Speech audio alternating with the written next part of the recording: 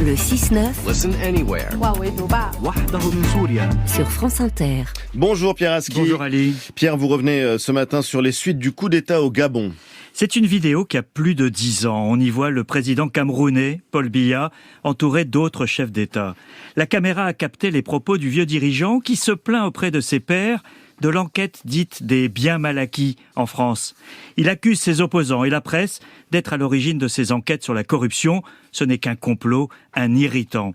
Cette scène prend tout son sens avec le coup d'État qui a renversé le président Ali Bongo du Gabon.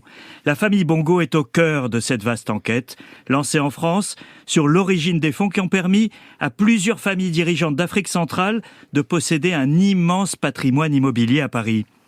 L'enrichissement personnel est l'un des attributs du pouvoir et l'Afrique centrale concentre plusieurs des dirigeants mentionnés dans l'affaire des biens mal acquis. Des dirigeants dont la longévité au pouvoir se compte en décennies, au point que la chute d'Ali Bongo peut avoir de sérieuses répercussions chez les voisins du Gabon. Et qu'est-ce qu'on sait sur cet enrichissement, Pierre ? Alors, le cas de la Guinée équatoriale, un petit pays pétrolier voisin du Gabon, membre de la zone franc, est de ce point de vue exemplaire, Ali.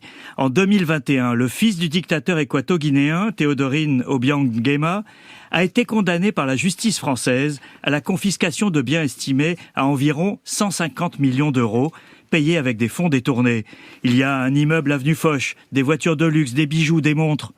Une loi française prévoit que l'État conserve le montant des biens saisis pour le remettre un jour au peuple de Guinée équatoriale. Le régime de Malabo a été au bord de la rupture avec la France pour cette affaire, pourtant initiée par des ONG, pas par le gouvernement. Deux autres voisins du Gabon, le Congo-Brazzaville avec le régime de Denis Sassou Nguesso, au pouvoir depuis près de 40 ans, et le Cameroun de Paul Biya, au pouvoir depuis 41 ans, sont cités dans les enquêtes. Elles portent sur des dizaines d'appartements dans les beaux quartiers de Paris. Mais quel est le lien avec le coup d'État au Gabon ? Avec la chute de Bongo, les Gabonais prennent la mesure de l'ampleur de la corruption.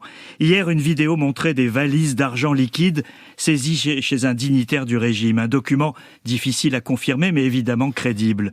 Pendant longtemps, les régimes concernés ont accusé le moralisme européen ou encore l'hypocrisie de leurs détracteurs, puisque cette corruption a ses complices en Europe.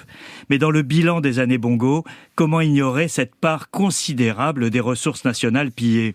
Et comment ignorer que c'est à peu près la même situation dans les autres pays de la région, dont les structures de pouvoir sont similaires et parfois liées. La fille du président congolais a ainsi été l'une des épouses d'Omar Bongo, le père du président renversé. Deux questions se posent.